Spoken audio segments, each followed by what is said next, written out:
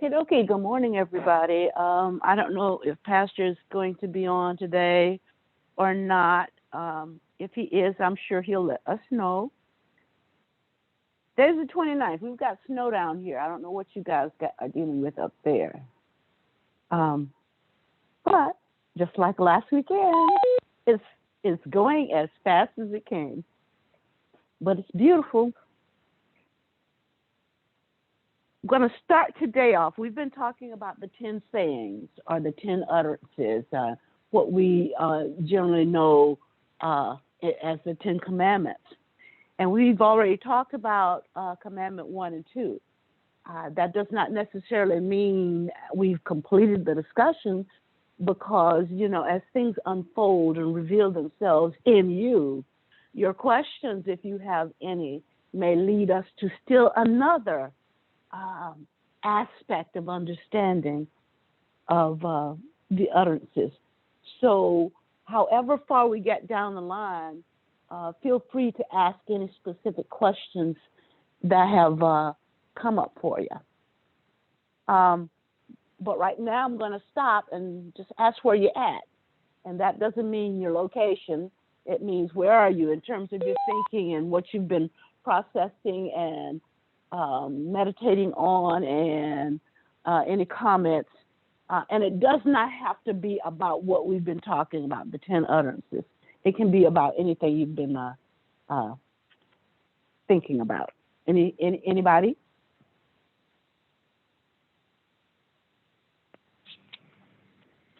Miss Barbara, this is Hey, Ron. Sorry. Morning. Uh, Good morning. I just have an observation because I don't really know what it means. I can kind of been thinking about it, but yesterday, or was it Thursday, marked the 17th earthquake in central South Carolina. Yeah. That, I don't know if that's counting, if it's going to continue. I just thought about the 17 is the number 8 that marks a new beginning. I also was thinking maybe it's a message of some kind to us. I don't readily know what yet, but it may be one of those things that if we can see it, it can go either way. Things can get better if you can see the positive and see enlightenment, or they can stay the course if you don't see who you are and see but if anybody has any insight into that or has given it any thought, I just think it's kind of interesting because I don't remember. We've had earthquakes, of course, but not to this degree before. So that just kind of caught my eye. And there were 11 of them as of December 27th. And so the additional 6 have occurred since December 27th to make it a total of 17 to date.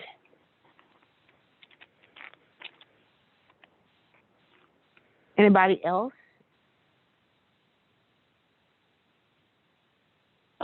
Yeah, this is Rainia. Mine was with the utterances, and I was reading through the passages, and I saw the one that talked about the lapis, the sapphire, the throne. But then I was wondering about the ones where it talked about it being written in stone a little later, like when he had to go back up. So were there 2 sets, or was Yes. the second set in stone, or? Yes, there were 2 different sets.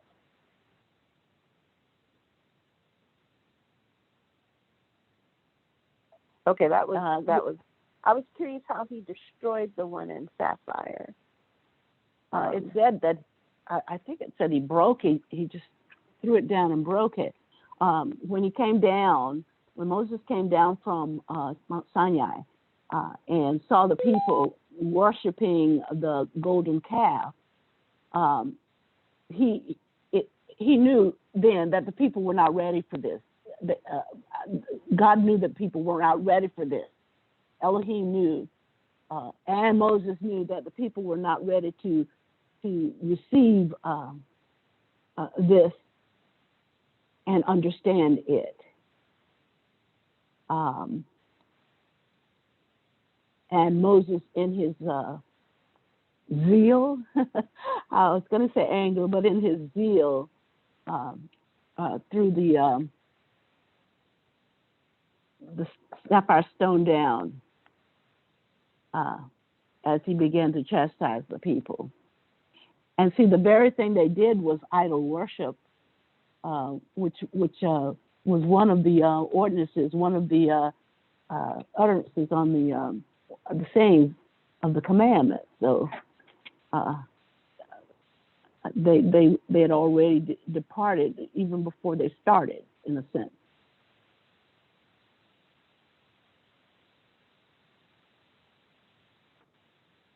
Okay, thanks. That's what I was wondering, if that was what happened. Okay. Other observations? Anything else from anyone else? Yeah, this is Nick. Good morning, everybody. Hey. I think I wanted to comment on the difference between the sapphire and the stone. The sapphire is, it's like the first version of the commandments were a more balanced or sort of a perfect and harmonious reflection of the true nature of what the law, capital L, is and should be, whereas the stone was a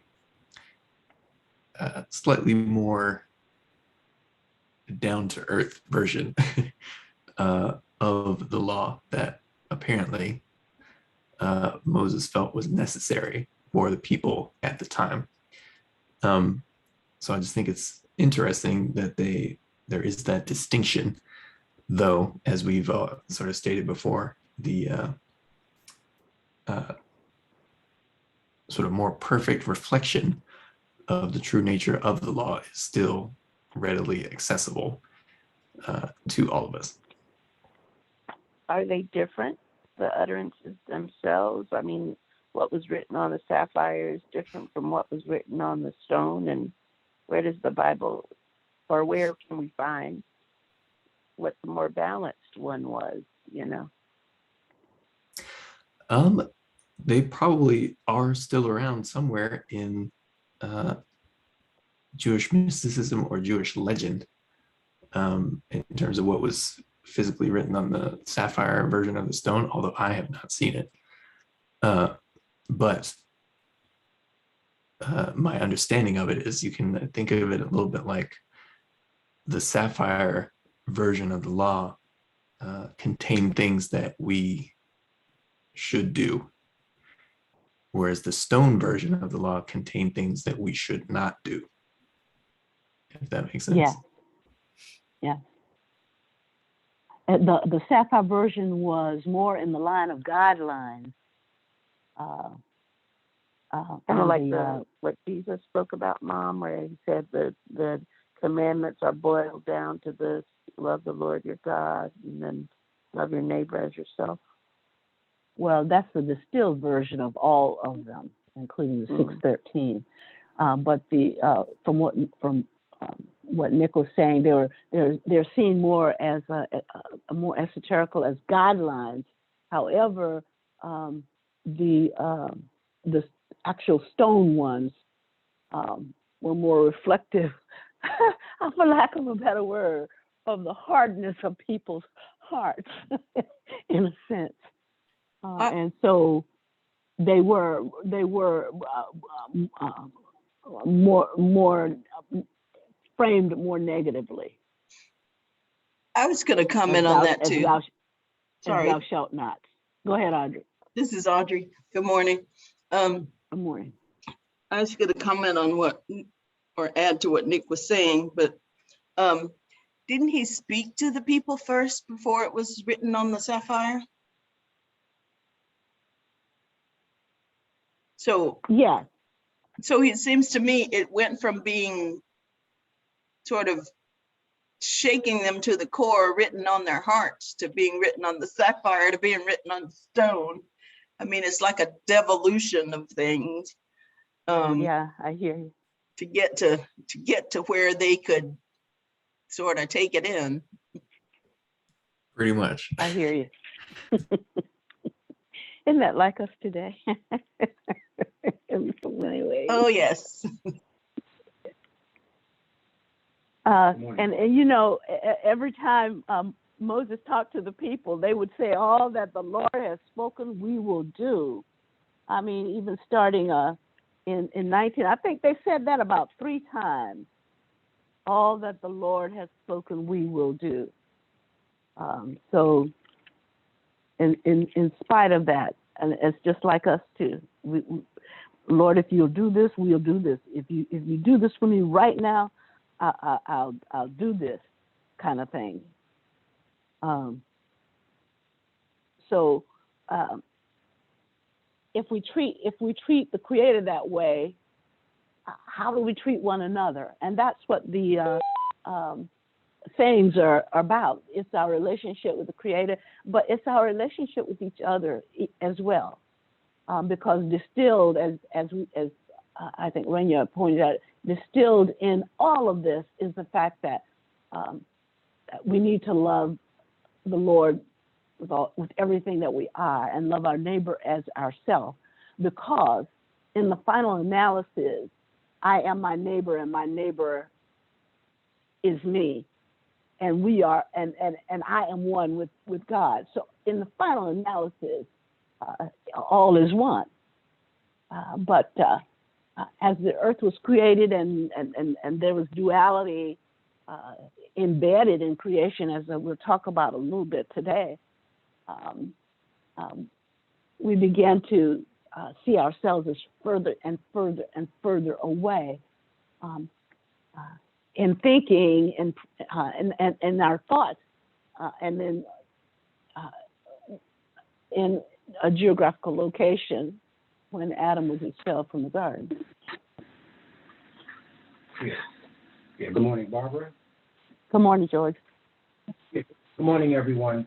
I just wanted to, just respond to your opening, comment in reference to anything that's on our minds about, anything on our thoughts. And when you had mentioned earlier, it made me think about connecting to last week. There was a jubilation or energy that you had in terms of your teaching that connected with me all week. And, when I thought about, just the point of Ron saying, whether our thoughts are positive or whether it's negative, it's what we think is what we create. And so just giving thought to the utterances in terms of what you were saying, I know you had mentioned last week that the first 5 commandments deal with humanity's relationship with God, and then the last 5 dealt with each other. But I think it was just a energy flow last week that, like I say, is continuing on and connecting with the day, that I just felt that, again, just keeping my thoughts fixed on that, we are created to have a human experience being human, but just knowing that that's where I want to be in my mind, thinking about I am love or those attributes that the Creator has blessed us with. So I just wanted to share that thought, with regards to what you were saying, that is not something that all of a sudden is today, but is what I connected with, or what we connected with last week, that continues to carry us on. So I just wanted to share that thought, and I appreciate picking it up this week. Thank you, George. I appreciate that. And you reminded me, we responded to Ron's observation, just acknowledging it, but do we want to respond to his observation about what we believe is going on as it relates to the earthquakes in South Carolina? Barbara, I have a question.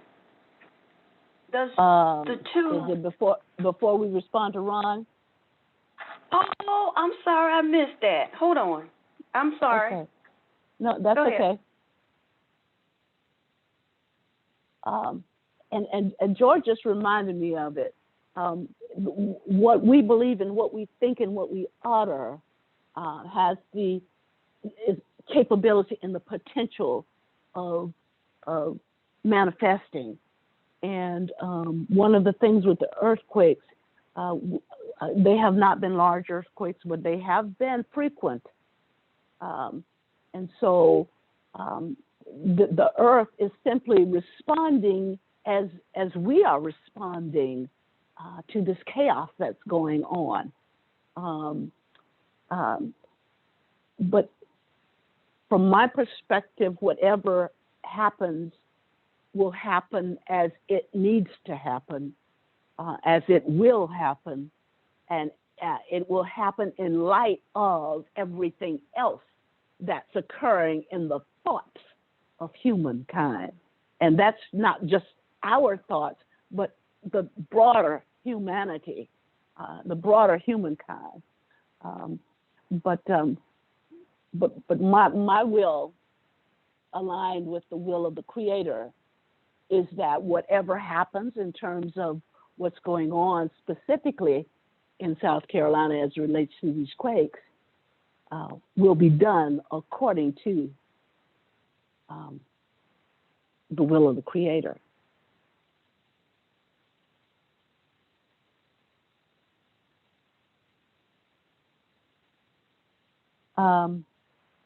Ron, anything else? It was just an observation, but I agree with what you said. I think what we see in it for mankind, we have the not only ability but the responsibility to bring energy to it, or to be enlightenment in it, or whatever we see, whatever it's supposed to be. And I was just curious, as had anyone given it any thought? Because sometimes I think it's like a dream. I think sometimes you keep dreaming the same dream to get your attention. Do you see this, or what is it that you see in this? So I look at where we are. I look at the chaos in the world, and in this country specifically, and how this country influences the world. And it is in South Carolina, but that has a more global meaning than we realize, I think. And that is because of the spirituality and the energy flow that we put in the earth. And so I just wonder, does anybody see it as an opportunity? Because I don't readily know what it is, but I think it's something. So I was just wondering if anybody else had given it any thought. Anyone else? I agree with Juan. It's something for us to continue paying attention to.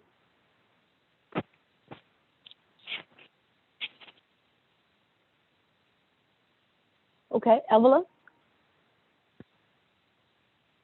You had a question or a thought or a comment? I was going to ask, does the two tablets not intertwine? Is it like a marriage? Esoterically, it is, because it's the relationship of the Creator with the created. Right, and that's what I saw. As well as a relationship with the created, with the others that are created. In other words, the issue is, instead of saying, someone might say the enemy of my enemy is my friend. Well, that's a totally different kind of thing. The creator of my neighbor is me, and we are one. In other words, what the utterances will show when we take it to heart, and I mean literally take them to heart, is that they're all the same. It's not 10. It's all one. Excuse me. Sorry about that.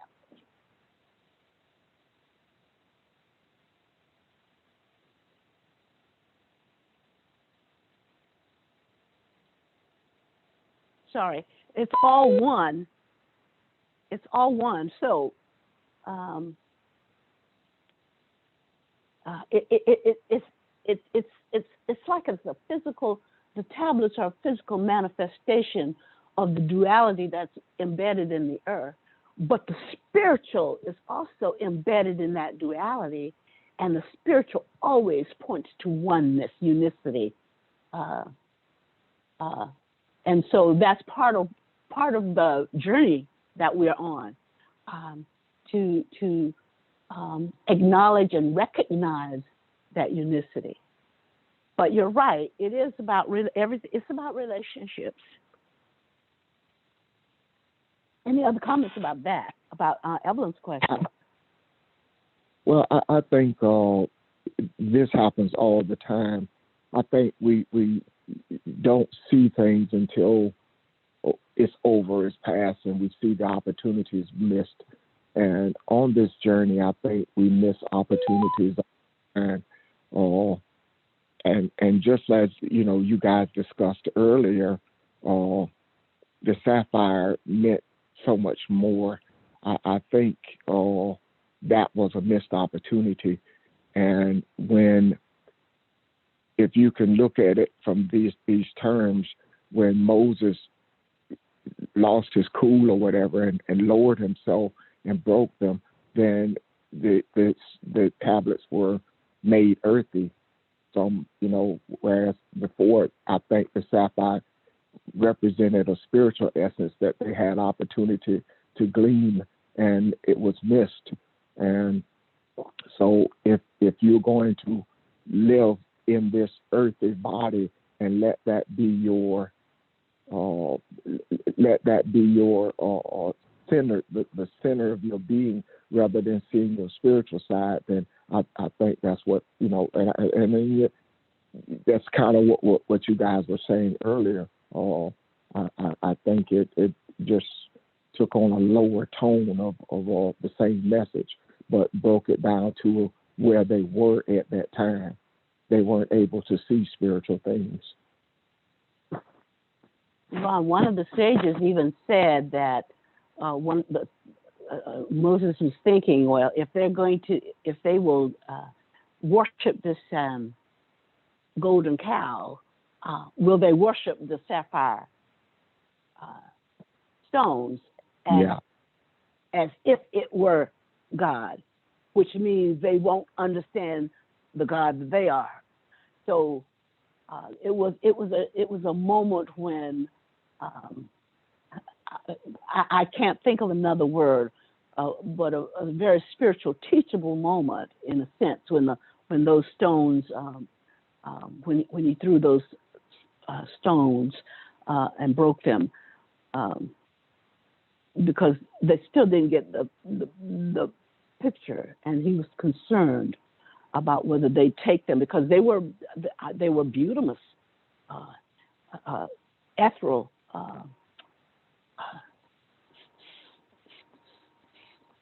just beautiful stones. I guess one other thought that came to mind is God continuously says to them, I brought you out of the land of Egypt. If you can see land as being consciousness, and you look at that, that's a mouthful. You made me think, what is the consciousness of Egypt that was embedded in them? What kind of awareness was he offering? So to break the stones on the ground, is that symbolic of changing the consciousness of the people? I believe so, because you had even some of the Israelites who were worshiping. I mean, this was 400 years they were there, 400 plus years, 430, something like that, who were worshiping some of the gods that the Egyptians were worshiping.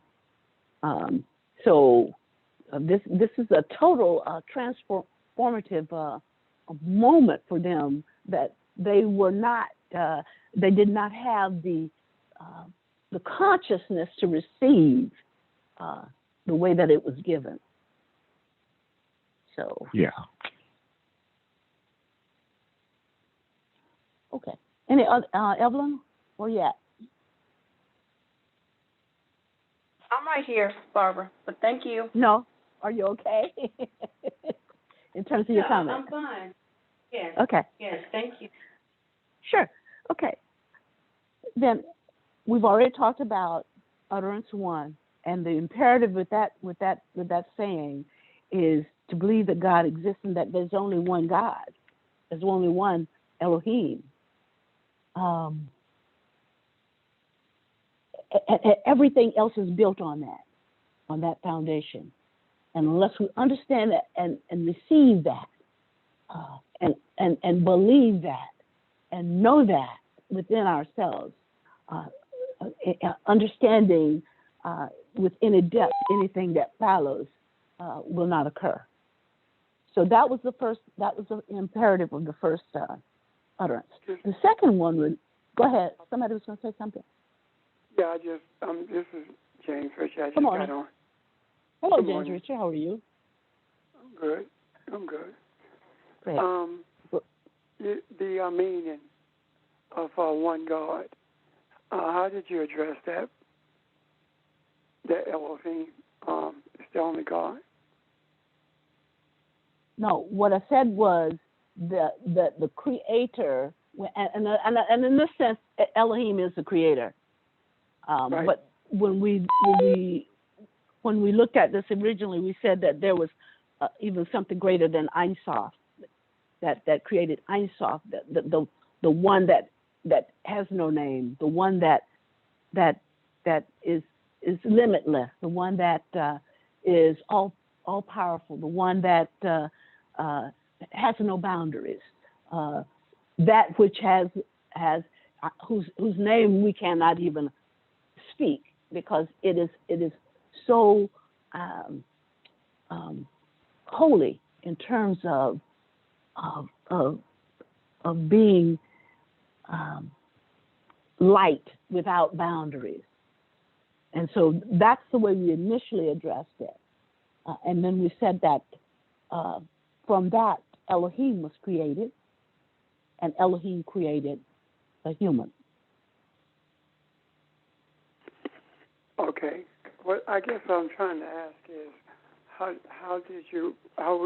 would we relate that to us being Elohim if there's only one God? Did you address that? So I guess that's what I'm trying to ask.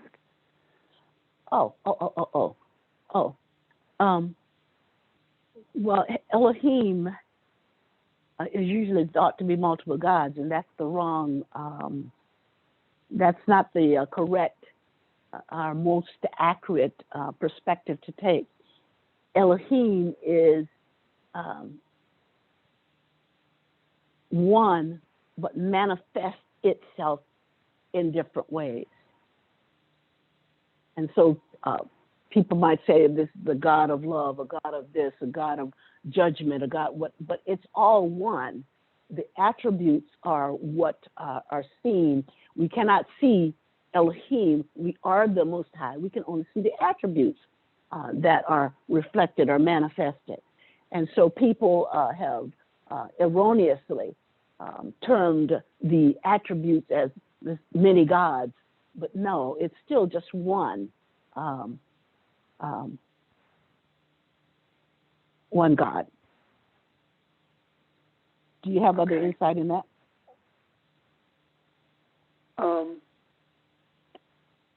I didn't want to repeat what you said when I asked. I was thinking in terms of when you can't see Elohim with your natural eyes, neither can you see Elohim with the eye because it's more of an expression or impression on your spirit or your soul. So when we talk about us, that we are created in the image of Elohim, we recognize that because we don't say this is Elohim's body. We say this is my body, which means that we understand that we can't see the real who I am with our eyes. And that in itself speaks to the idea of the oneness or the unicity of Elohim. and each one of us, as in these individual bodies, are a different expression of Elohim. The way we conduct ourselves, we are going to be conducting ourselves as offsprings of Elohim, or we're going to be denying the existence of Elohim by falsifying the nature or the words that we say we got from Elohim. Does that make sense? Yes. And so that's why So it's very important to get the foundation, the basics, and understand what we believe about the basics. Right. Okay. Anything else, Pastor? I think that's it. I didn't want to, as I said, I didn't want to repeat myself. I mean, have you repeat what you've already said. That's all. This is Renia. I have another question. We've talked about, many things that have changed our perspective of God, and what I was thinking about as we were talking about unity, or there's only one God kind of thing, is usually if there's only one of something, just in man's history, like one king, one, highest person, there's usually been a battle to get to that oneness with all of the other potential leaders, rulers kind of knocked to the side, so to speak. And so when I think of now one God, and I still saw him as male, I thought of this one person who had fought everybody off and they were victorious. And it seems less harmonious than the idea that there are multiple somethings that didn't vie for power to become the one thing. Does that make sense? And I guess how that differs from our God, because, even in the Old Testament, God is, he's, it is portrayed as kind of vengeful and sometimes all these other things, which make me think of this ruler that's saying, submit. And how does that jive with what we're talking about of God? This one unicity or one element. Does my question make sense? I'm not quite vocalizing it well, I think. I can try to go ahead. Go ahead, Shel. I can try to continue with what Pastor Richard and Ms. Barbara was saying just now in the concept of one God. So when we think of, as Ms. Barbara said, we can't even say the name really, or it wasn't said because the name was so sacred.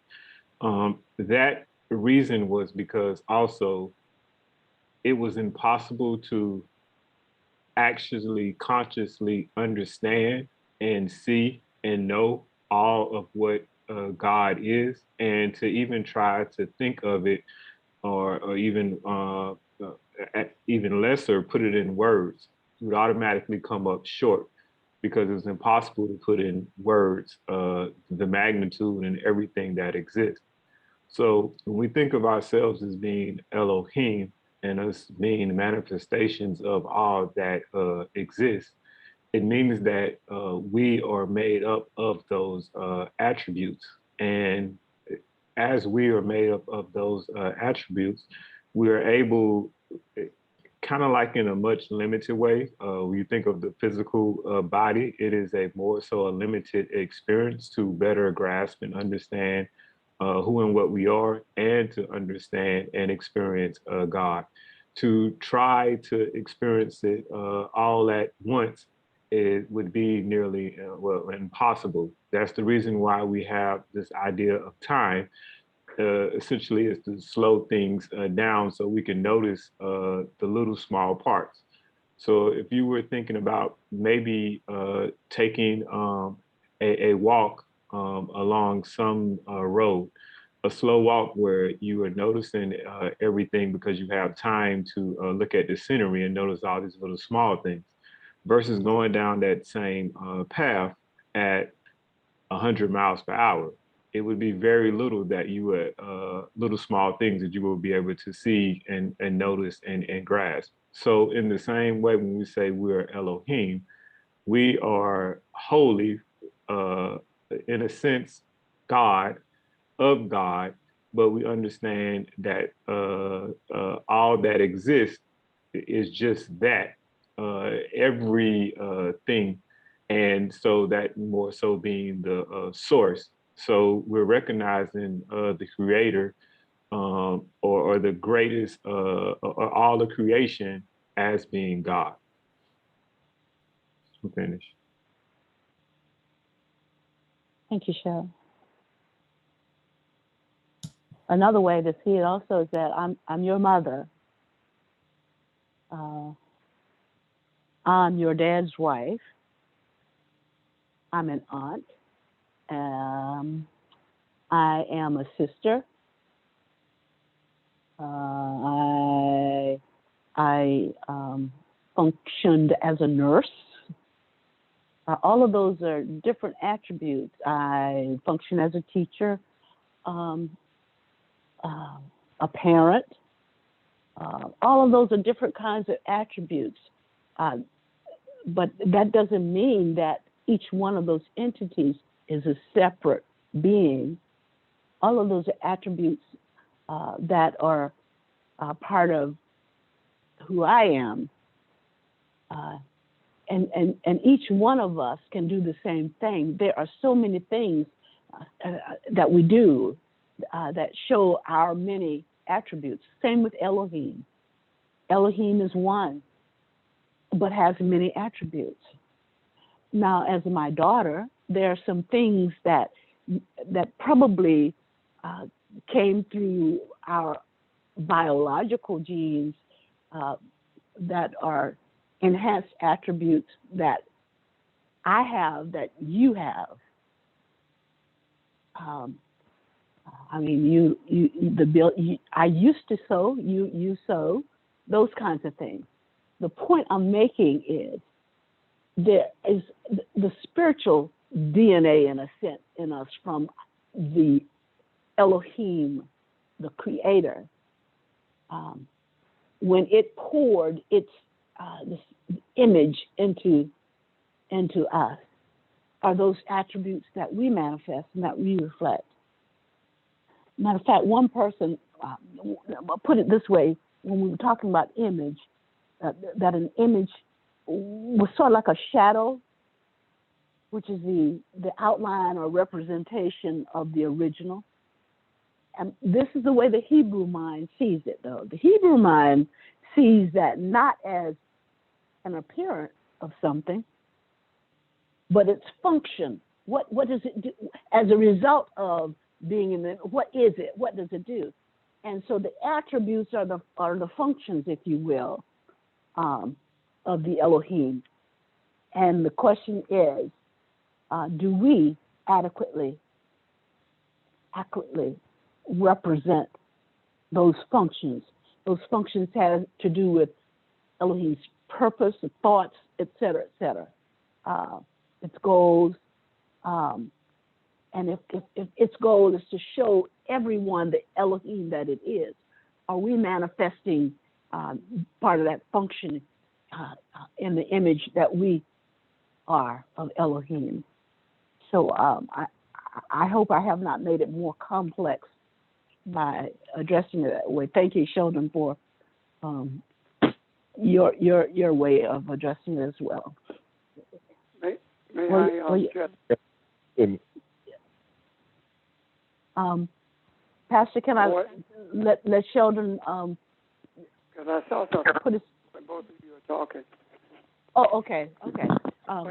Sheldon, will you yield to Pastor? Oh, yes, that wasn't me. That was someone else. Of course. Oh, that was FT. Okay. That's fine. Sorry. Yes, Pastor. What I saw as you were talking, in conjunction with what Sheldon and Raina said, the attributes that you named are human functions. They're physical functions. They are of a physical human construct. the aunt, the husband, the wife, that kind of, those things are of physical human concepts. However, in order for you to be effective, spiritually righteous, in each one of those functions that you named, Barbara Jean, you would have to have the functionality of loving kindness, forgiveness, all of those attributes that are spiritual, purely spiritual attributes in order for us to function in this physical arena based upon the combining of the human constructs that we brought into existence in relationship to the spiritual expressions of those concepts, which are unseen but are manifested. You cannot see love, but you can manifest it. You cannot see mother, but you can manifest it. So this is what I'm talking about. Does that make sense?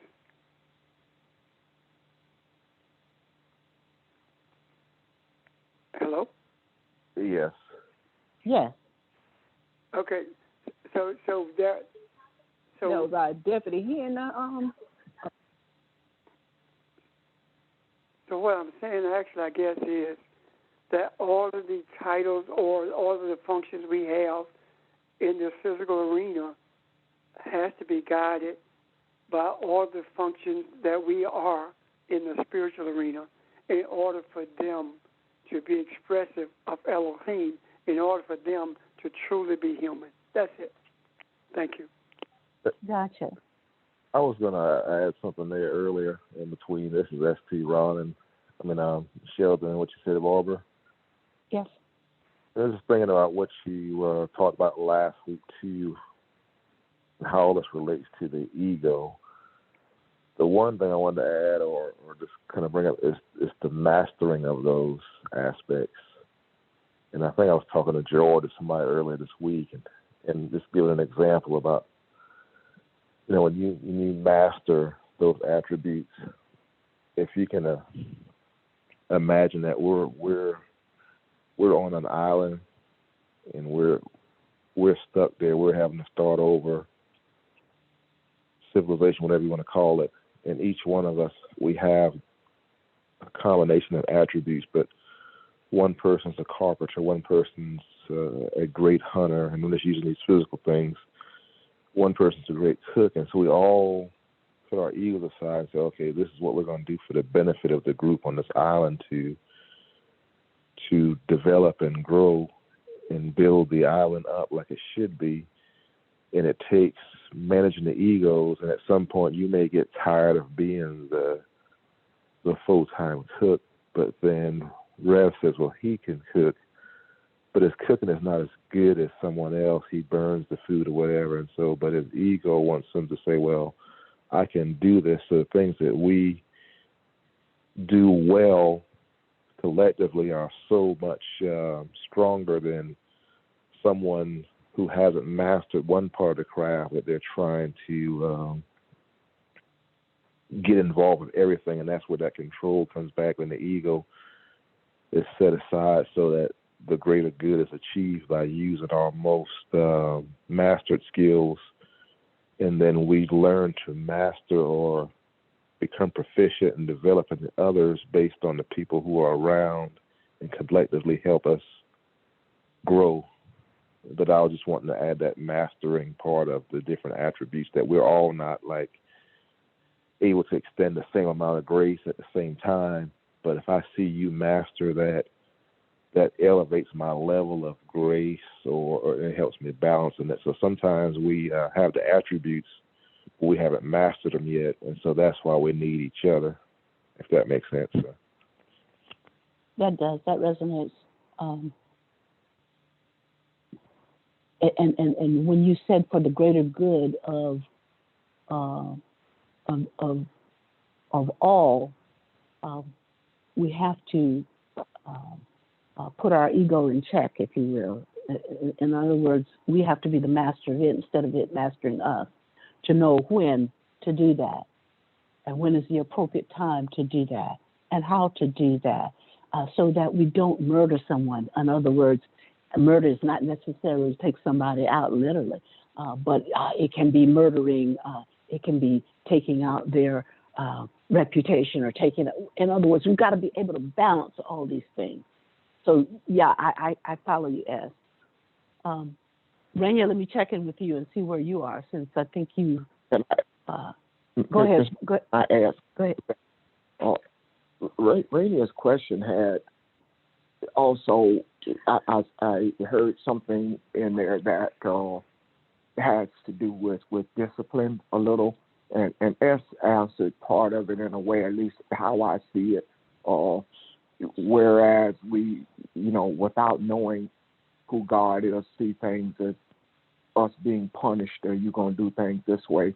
But we in our immaturity, we don't see what, who and what we are. Example, there's a young lady I knew when I worked at another company. I remember interviewing her for a job, and one of the things she said was, I want to be a registered nurse, and she was just getting out of high school. And that kind of lit me up when she said that, because most of the kids I had talked to did not have any type of goal. I just want to get a job. I just want to get a job. Okay. Or at the most they say, I just want a car. But she had plans and she laid things out. And I said, that's awesome. And it changed the whole interview. That's all we talked about, is how do we get there? What do we do? And so I said, well, what brings you here? How does this fit in? How does this fit into that? And I kept talking to her about not losing sight of her goals. And I haven't seen her since, but I often wonder about her and wonder what she's doing, because she seemed driven. She seemed, already accomplished, even at such a young age. And what I'm getting at is, in this decision that I want to pursue truth, it kind of is the same drive. The punishment is what you put on yourself, and it is not punishment, it is discipline. So it's not so much that Elohim is punishing you, it's that you are pruning yourself and disciplining yourself to move in the direction that you have set out to go in. Because there are many who see it as punishment that drop out and don't pursue it anymore. But if you can stay focused on, I want to see truth at any cost, then you see the pruning, you see the things that become difficult to you.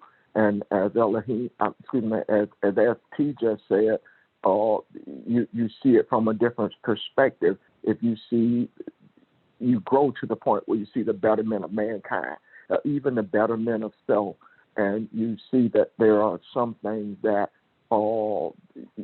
may have seemed important to you several years ago that are not so important now as you move in the direction of truth.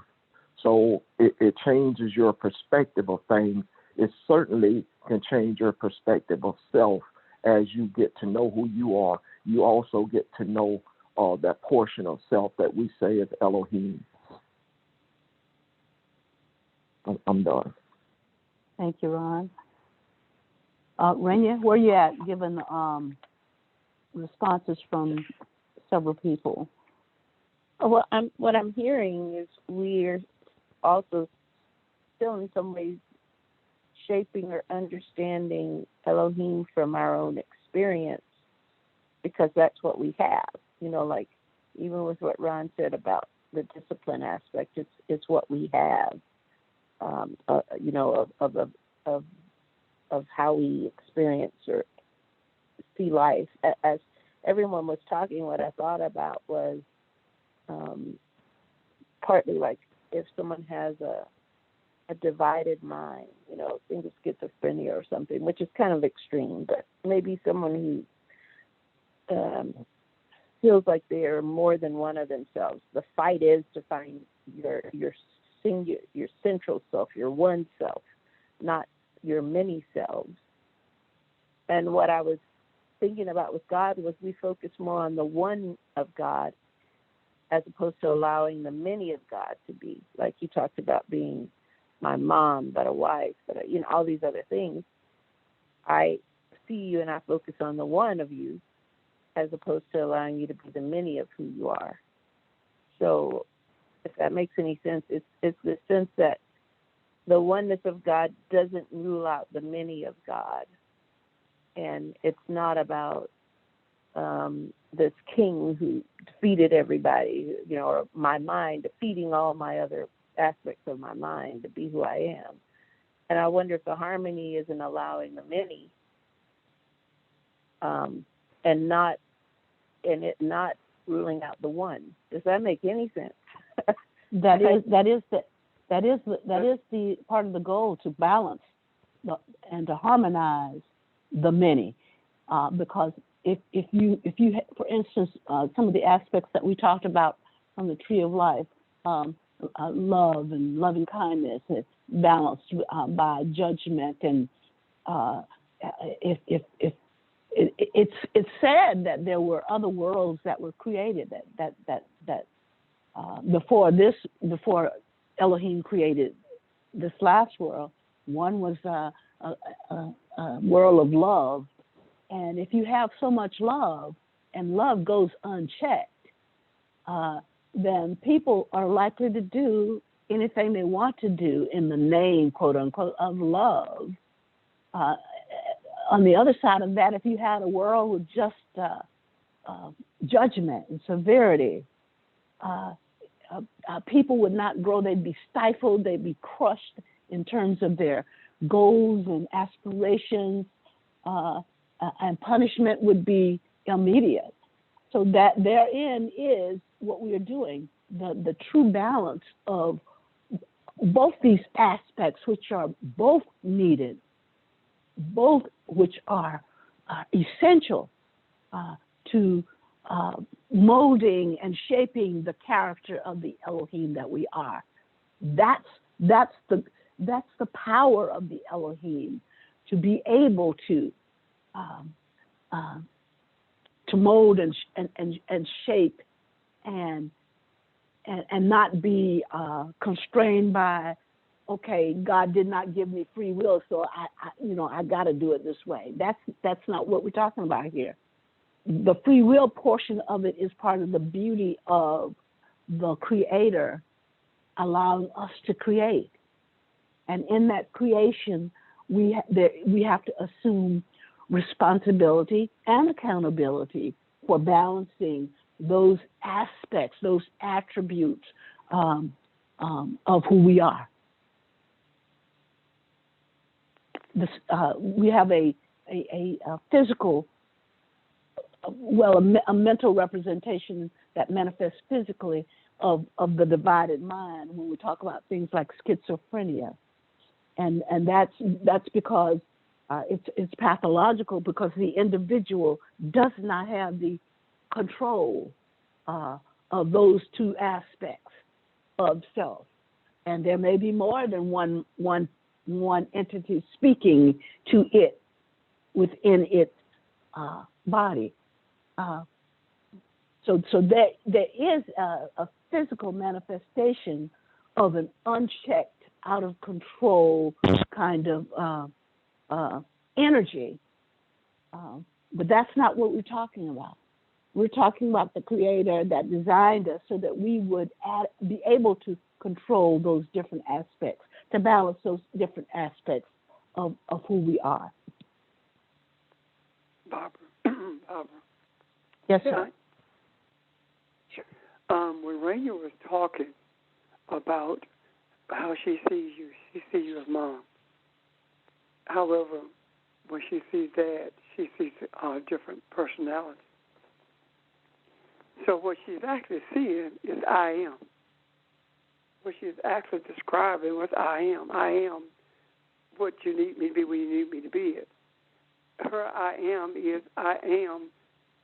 I need to be a daughter now, when she's with you or her dad. I am a sister. When when she focuses on the Rainy, I'm talking as if you're not even here. I'm sorry. That's when okay. Keep going. when you focus on that, you don't have to think about it. When you see Barrett, you don't have to think about I'm a sister. That's just how you function. When you see your mom, you don't think about that. You just function that way. Why? Because they've been balanced. The I am is balanced in that in those specific instances. The objective is to balance the I am in the spiritual aspects of it as well. To balance the I am of not being able to see it with our eyes.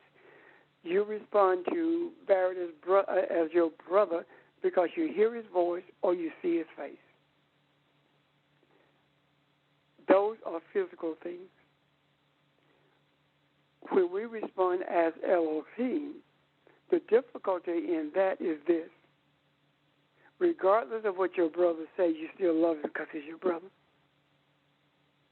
I am has to extend to those who do not have your best interest at heart as well. I am has to be extended to McConnell and people like him, to the white supremacists. I am has to be extended to them as well. And that's when we began to extol who we really are.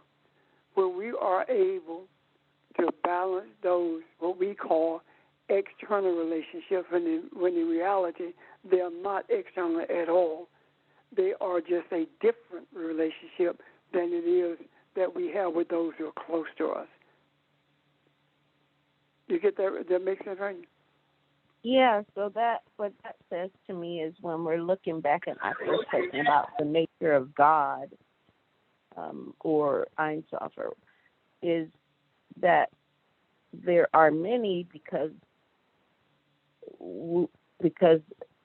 like you said, the I am is what it needs to be at the moment, but they're all the same. We are all even the same, but we see ourselves as many. Right. And that's the balance of being both, the many and the one. There doesn't need to be a fight or you don't need to be suppressed or whatever to be the one. The one in this case is the simply being in the moment, so that you can be the I am that you need to be when it's necessary, but you're also, everyone is the one that you're being the I am for. Is that? I think I get it. I want to say something else, Rain, because this question that you raised is just another step towards us being clearer on what it means when we talk about we are Elohim. We find it extremely easy to be expressive of Elohim when we're with each other with our eyes, or when we are acting out in a physical way. But it's difficult because we have been taught that the Spirit acts a certain way at a certain time in a certain place. And then we've been taught that rather than recognize we're Elohim, I'm a healer. I heal people. I got a gift to lay hands on people. Really, it's much, much more than that.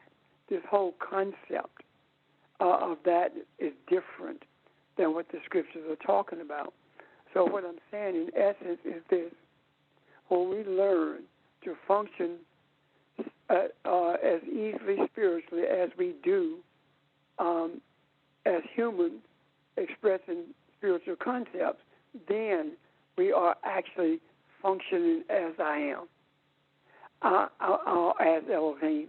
I didn't know it, didn't even think about it really until now, that when I say to you or anyone else, don't worry about it. Say what you want to say, do what you want about it. I got you. I will handle this. And I go about my business. I don't lay on my face. I don't pray. I don't do none of that.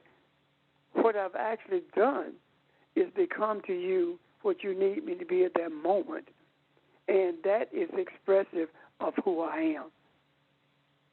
Now, when we are able to do that easily with everything in our lives, inclusive of the things that sometimes discouraging, we will be in a better place in terms of Elohim making changes in the journey of mankind on this earth.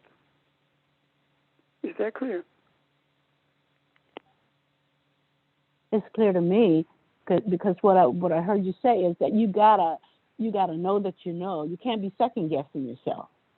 When you understand the Elohim that you are, you just are, and no external forces or internal forces will change that because you understand who you are. We have to get to the point where we don't allow that doubt to creep in and then start second guessing ourselves. And when we do that, each one of those situations where we become what we need to be to whoever we need to be, even if the circumstances are different from the different whoever's, that's not the point. And it doesn't matter because you become what that individual needs, whatever it is. And they can be second guessing and going, out of the yang, but you got to know what you are. And you have to understand who you are. And you have to understand what you are capable of. And you have to understand that the potential that's in you can be manifested into the function. So we're into, yes, dear. I'm sorry. Go ahead. I'm sorry. Don't be sorry. Go ahead. Well, I just didn't want to talk over you, but I'm glad you said you guys have explained, about us being Elohim, because where a lot of stuff where we have to know we're Elohim, we're to know that we're Elohim at all times, but in the workplace, you're with your work family more than you are with your own family. And you know that you have this particular, you just have to be who you are, the I am. And I'm glad you said what you said, because me, on my workplace, I know I am loving kindness. I am forgiveness. I am all the attributes of Elohim. So I'm glad you guys have explained this on us being Elohim, because you can tell me that all day, but if I don't know what to feel or what to look for, then it's like I just don't know. It's like you're just talking loud and saying nothing. So I said that to say that what I just said about the workplace, we have all types of people, all walks of life at work, even on the phones that you have to deal with. And I feel I'm handling the attitudes, even mine, is becoming more easier, because the more that I realize and come into the knowledge or the know that I am Elohim, I can deal with things better. I can deal with these people's attitudes. I can even deal with mine better. So that's what I wanted to say. I appreciate you guys for breaking that down today, because you've been saying it for a long time. You are Elohim. You are Elohim. But by y'all breaking it down, I can understand now what's expected, how I am, where I've grown, as a matter of fact, too. So, yeah, thank you. That's all I want to say. Can I say something? Oh, I apologize. I just want to add to what Evelyn just said. What we said, Mom and Pastor, for me, you said the same thing. I've thought of, when I think of oneness, I think of conquest for some reason. That's been something in my head. So I've got to fight against those evils. Even in being God, we have to fight against the supremacists or fight against, as opposed to the being instead, the bringing balance by being instead of by being better or coming out on top or being more right, or, being. God is not being righter. It is being in the moment. It is the act of spiritually being what you need to be for the situation, as opposed to it being a matter of, you know, the duality, good, bad, blah, blah, blah, blah, blah, all those things that we tend to think about, which lead to conquest maybe, or being overcoming, you know, all that's language that's part of Christianity for years and my upbringing. And what we're talking about is kind of different from that in a lot of ways. It's totally different. I was going to say the same thing. Because the only one that you have to mount an offensive towards is yourself. If you conquer your ego, and if you conquer the erroneous things that you've been taught within, everything else will take care of itself. But you don't conquer it by fighting it. You conquer it by learning how you should be. And to Evelyn, I do believe that the reason we are where we are now in describing how to function as Elohim is because we didn't know how before, and it wasn't time. Maybe we had to get comfortable with saying we are Elohim before we could begin to put the pieces together to see what that looks like. Because once we become comfortable with saying that, and we see what the pieces look like, we don't have to give any thought to being that, because that's who we are. I don't have to say I'm Elohim. I function that way regardless of where I am or what I face. The only time we need to check ourselves is when we are off balance, when we are trying to fight against, as Ranger said, white supremacy, trying to fight against anything for that matter. You can't fight against something and at the same time seek to change it or bring balance to it. You can't keep me in a ditch without staying in the ditch with me. You can't fight against something without touching it. And I mean touching it, it being in your mind, mulling it over, creating defenses towards it, instead of embracing it and creating the type of spiritual offense, and that is simply love and kindness. Does that make sense? Yes, sir. It does. Yes. Yeah. And what we've been doing is talking about Elohim. So the second utterance of idols and idolatry and not committing idolatry. In order to not do that, we have to understand who we are, and that we are created in the image of Elohim. And so we don't need the golden calf. We don't need anything, because we are the representative of Elohim in the earth. We are Elohim in the earth. So why do we need anything between us and who we are? My question today is, have you let go of your golden calf? What are your sacred cows, in other words, that you have to let go of, that limit your being, I was going to say walking, but being and functioning as the Elohim that you are? And that's rhetorical. It's not for you to necessarily answer, but it's for you to see and look in the mirror and see for yourself. Because if there's something that's stopping you, like Rainier, I think you said, I got to see unicity as not a conquest, but as the perfect union of everything, working together as one, as it should. Once you can get that idea of conquest out of your mind, that's a sacred cow in a sense. So we all have had sacred cows, and that sacred cow is simply a representation in front of us of the Elohim that we don't need. It's a negative kind of connotation, a negative kind of thing that we are dealing with, that we have to fight with. We don't have to do that. As Elohim, we simply have to function as Elohim functions. And if that means,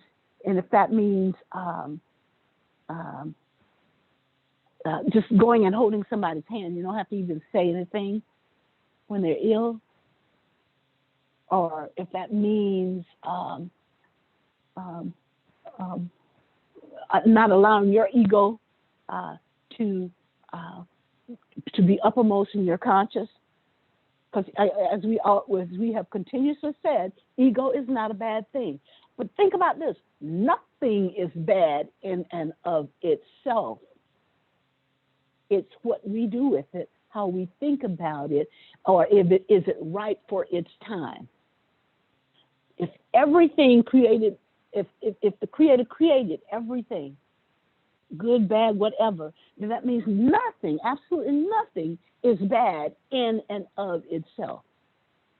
If that resonates, and so that's the Elohim we have to be. So we don't need a graven image. We don't need anything to remind us of who we are. How many times do you look at your photo every day to understand, to remember who you are, or remember what you look like? Well, from the spiritual perspective, we don't need something physical to remind us of who we are, or who we function as, if that resonates. Yeah, so that really helps me, Mom, I have to say, because now that you spoke about that in the utterance, that's what triggered it for me, but I didn't know it at the time. Because in essence, thou shalt not have no other God before me is, again, that subjective, submissive language of kneel to me, I am the, I'm your Savior, and you're not gonna, there's nothing above me. It's what set my mind swirling there, instead of the sense, the other way of looking at that, of unity in the way we've been talking about it, of myself in the way that we've talked about, which is being, not subjection. And okay, thank you. This is Nick. Let me just, that distinction that you're recognizing is the same one that exists between where we talked earlier about the stone tablets versus the sapphire tablets. There is a seemingly negatively oriented overtone to a lot of what is in the Bible, and that's because it's sort of viewed through the lens of the stone tablets as opposed to the sapphire tablets, as opposed to the law that is spoken and not put in any kind of stone that we were talking about before. And the ability to recognize and sort of interface with and know that it is a part of yourself, the sapphire tablets or the purely spiritual law is the sort of central conflict that is being played out in words in the Old Testament, or in our own self and our own internal struggle. It is the ability to remember how to know the truth concerning the nature of what is, as that truth is part of us intrinsically and recognized instinctively, despite all of this external conflicting and seemingly negatively slanted influence we get from religion, etc. The true understanding of these things comes from the true understanding of the nature of your own spirit. And that is why you don't need a book. You don't need the existence of the physical Bible or anything like that in order to learn the exact same things, because it is who you are. And it comes from the recognition of what is within you, as you yourself are a component of the Creator. You yourself are a creator.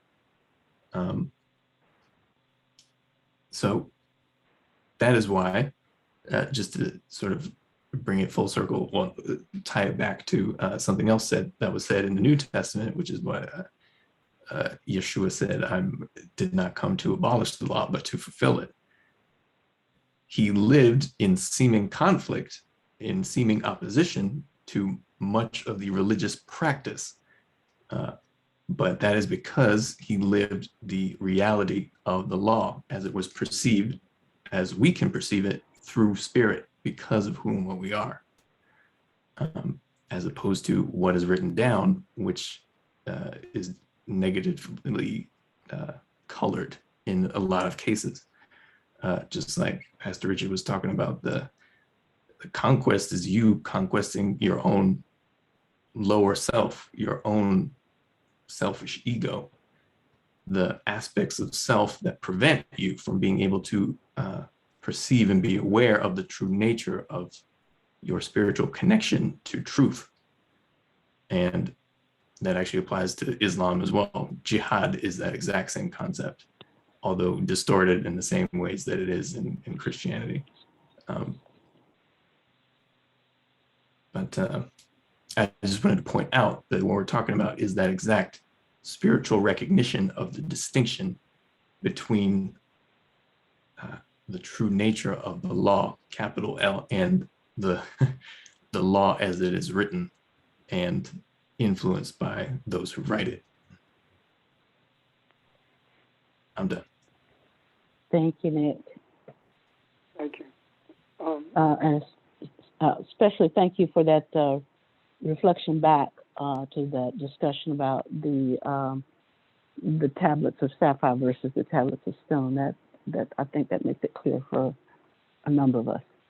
Pastor?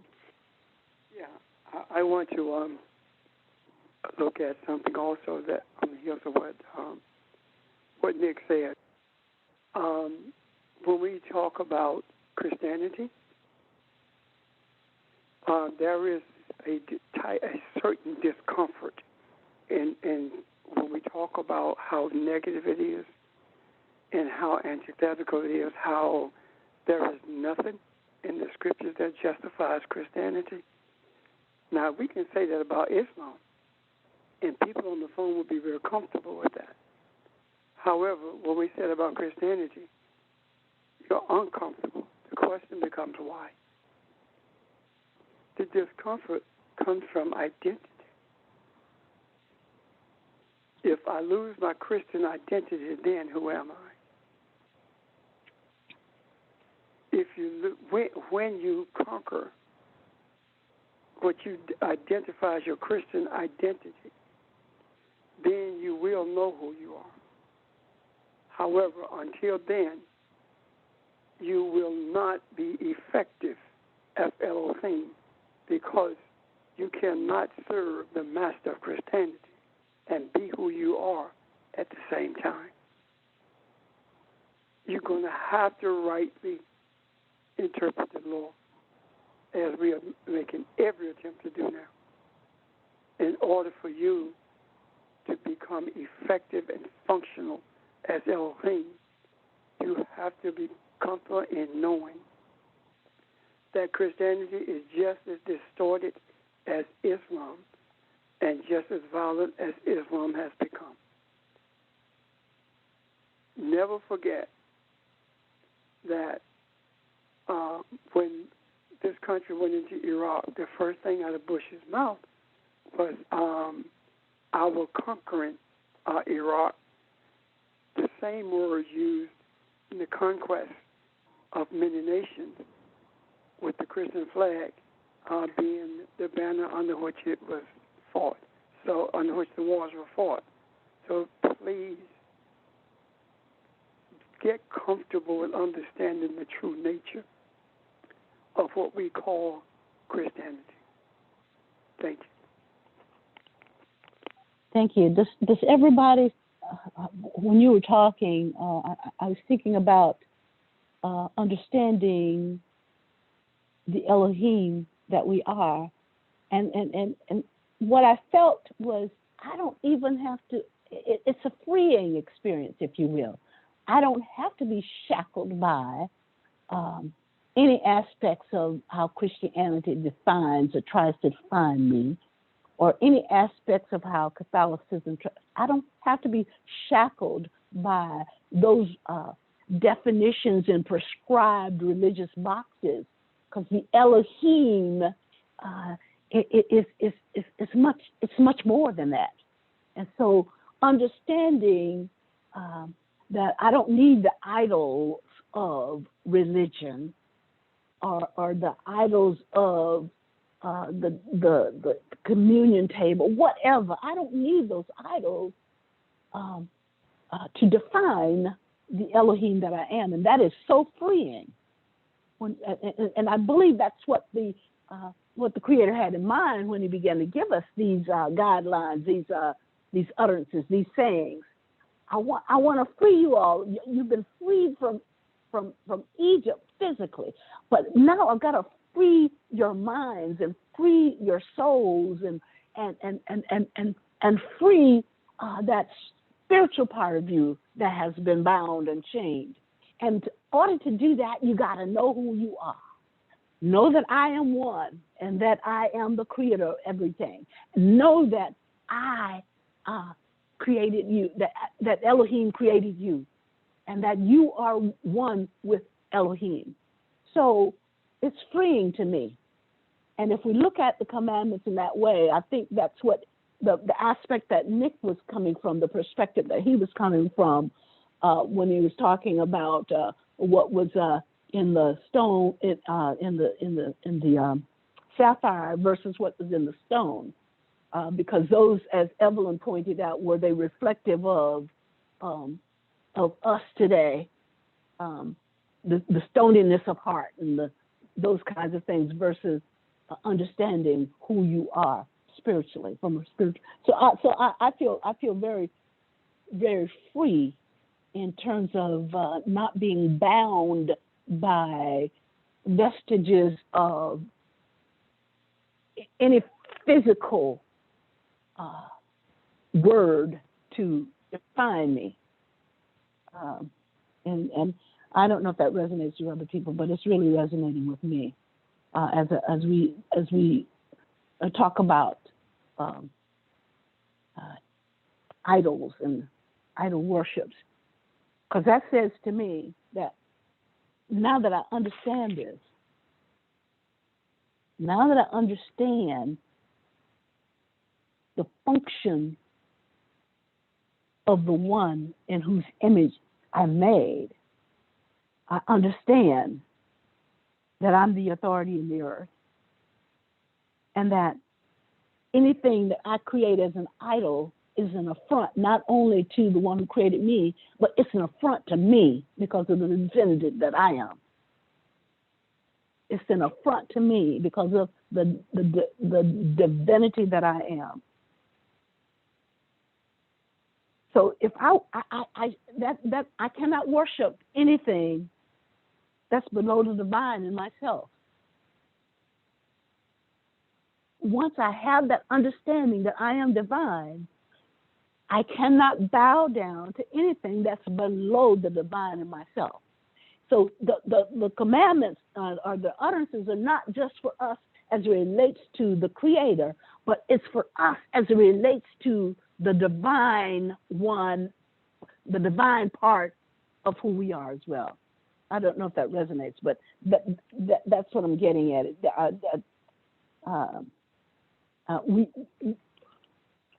We can't just allow anything to represent us. It won't work, and it's not even in our likeness, let alone our being in the likeness of Elohim.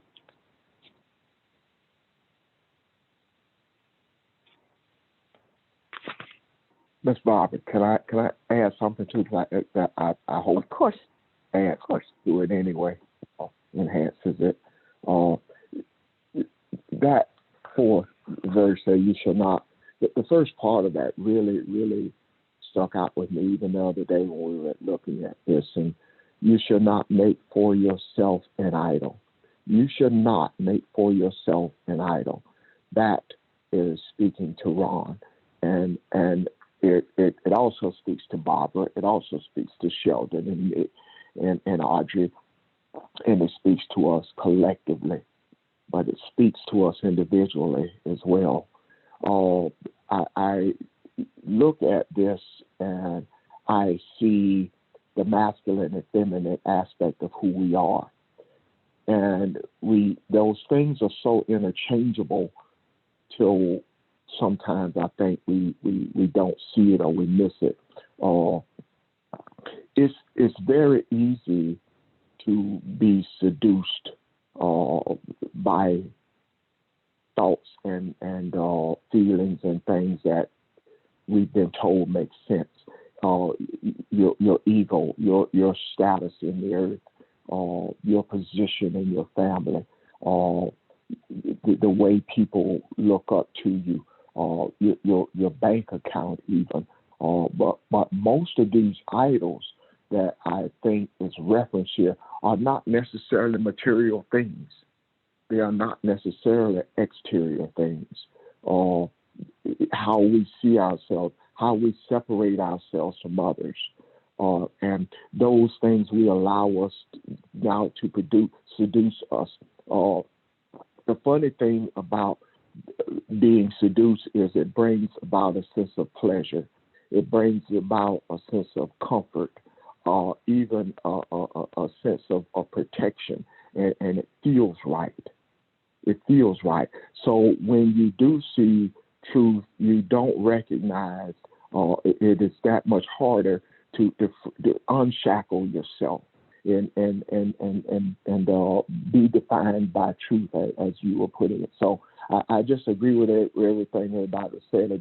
That part I wanted to just kind of stuck out to me, the individual aspect of this and the portion of it that is looking at us that we don't see all the time, that the things that we submit to in our minds are the things that capture us and hold us because they feel right. They bring us pleasure to be looked up to or to be separated from these kind of people or that kind of thing. But it also takes us further from who we are if we are seeking truth and seeking to recognize, as we pointed out, that we are Elohim. Thank you. Thank you, Ron. Which brings me to the point that Kathy made a couple weeks ago. Knowing that we are Elohim, then to represent ourselves, to show ourselves as anything other than that, speaks of a graven image.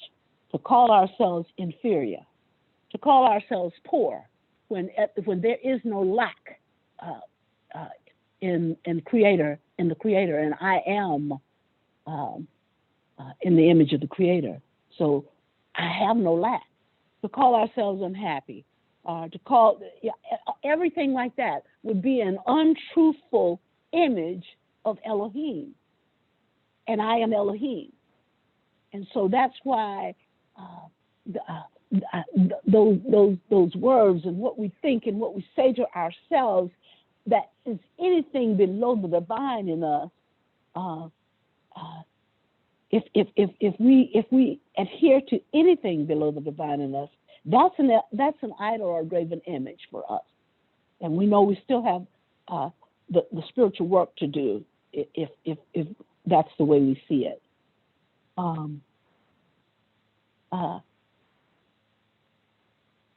I'm stupid. All of that stuff. We're made in the image of the one that has no lack, and that has more than enough truth. I don't know if this is making it any clearer or not. We can't call ourselves, and we can't function anything other than what we are, and to do so is dealing with that idolship and that gravenness. And the graven images, as Ron said, are not necessarily what you see, but they can be engraved in the mind too. I come from this family, if you will, of if you say I come from this family of alcoholics and because I come from this family of alcoholics, I can't be anything else. That's a lie. That is not who you are. That does not line up with the function of Elohim. So that's the way we have to look at that, Pastor. I think that one of the things that is so subtle we don't think about it. If you can remember some of the things that people have said or the way they act when you left the Christian settings that you were in, that was not a good feeling. It was challenging to do that. It was challenging to look at the scriptures and see what we were taught and see how wrong it was, but it was still challenging to accept the truth of it. It took time, but we did it. Now, in terms of idolatry, when people set out on a course to learn truth, or when they understand a little bit more than the settings that they are in, and then they call themselves a word church or charismatic, then what they're doing is idolizing themselves. And I think that is clearer for us to see than it is when it's us. If anyone on this phone feels that we have left someone behind, then you have not moved an inch. You're further behind than they are. What am I saying? If you think because of what we have learned and what we are learning, you are able to look at the church folk and deal with them differently than you would anyone else, especially when it comes to prayer. There are people in the church who are sincere about praying. That does not negate the energy. However, if you know better, then you have much responsibility. And that responsibility includes refraining from looking down on anyone because of what you think you know. During this course of sickness, I had people to say to me that during the period when people was in the hospital, I had people say to me, I'm going to pray for her. We are in prayer for her. I know all these people who said that to be very positive people. I could have very easily been less than Elohim and said, oh, that's okay. Or we pray differently.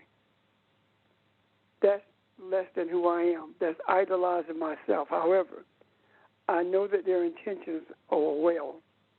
Their desires was on the right pathway.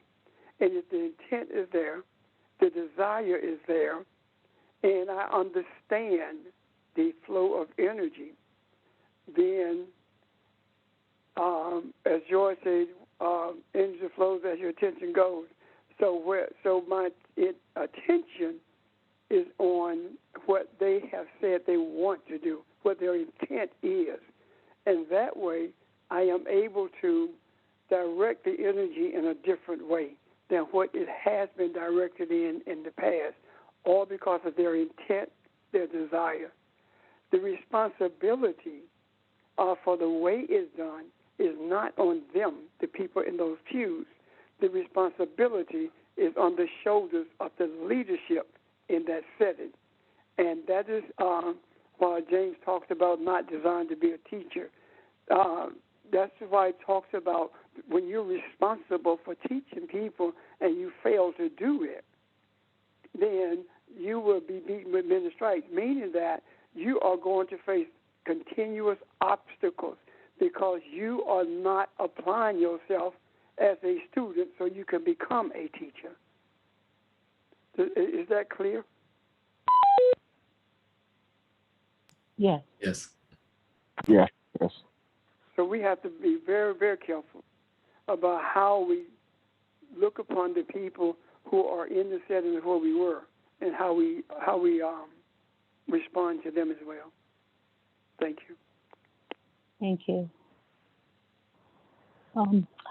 I was thinking we'd get to the third the third saying today, because all of these are so intricately tied to each other.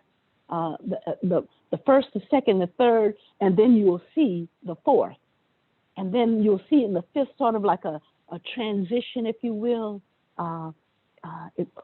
with a spiritual aspect as well as an aspect for those who live in the world of physicality. But I'm not going to do that today. We're going to, depending on how the questions go tomorrow, get to utterance number 3. So if you have an opportunity to look over that, let me read it to you in a couple different renditions, and just let it, and then we'll let it stay right there. Do not take the name of God, your Lord, in vain is one way. God will not allow the one who takes his name in vain to go unpunished. The Torah says, you shall not swear falsely by the name of the Lord your God, for the Lord will not clear one who swears falsely by his name. And then Benner's Torah says, you will not lift up his title for the falseness, given that YHWH will not acquit one who will lift up his title for falseness. So it's all about how we approach the name. So that's where I'd hopefully like to get to tomorrow, if not even the Sabbath.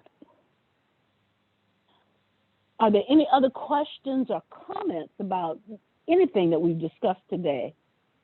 Or anything that's crossed your mind that we didn't discuss while we were on the phone?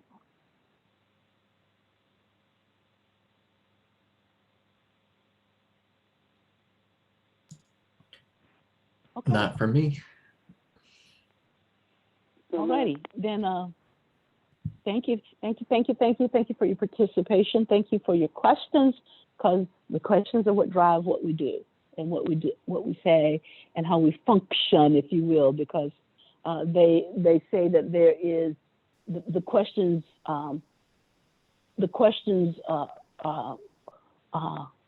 open up the answer that is available to it, because there is an answer for every question. So thank you so much for your input, everybody. And see you, what's today?